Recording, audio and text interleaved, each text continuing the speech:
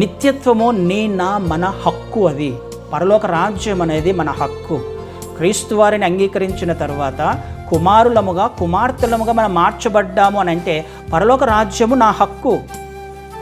నేను పరలోక రాజ్యానికి వెళ్ళాలి. ఇప్పుడు ఒక వ్యక్తి నా పర్సును కొట్టేశాడు అని అంటే ఆ వ్యక్తి పారిపోతున్నప్పుడు వెంటబడి పట్టుకోమా కదా, దొరకకపోతే పోలీస్ కంప్లైంట్ ఇస్తాం. ఎందుకు? నాకు సంబంధించిన పర్సుని దాంట్లో 1000 రూపాయలు ఉండొచ్చు, 2000 ఉండొచ్చు, 10,000 ఉండొచ్చు.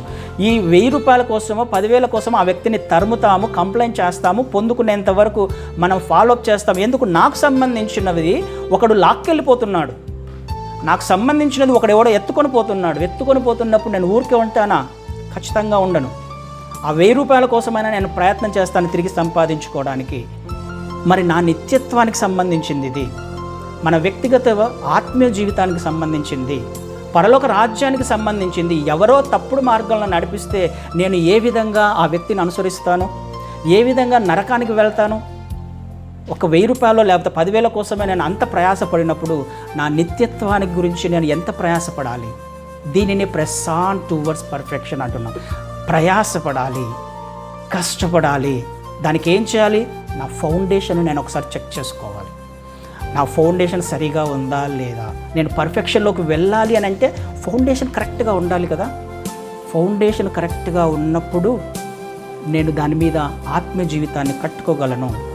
ఫౌండేషన్ సరిగా లేకపోతే అది కూలిపోతుంది.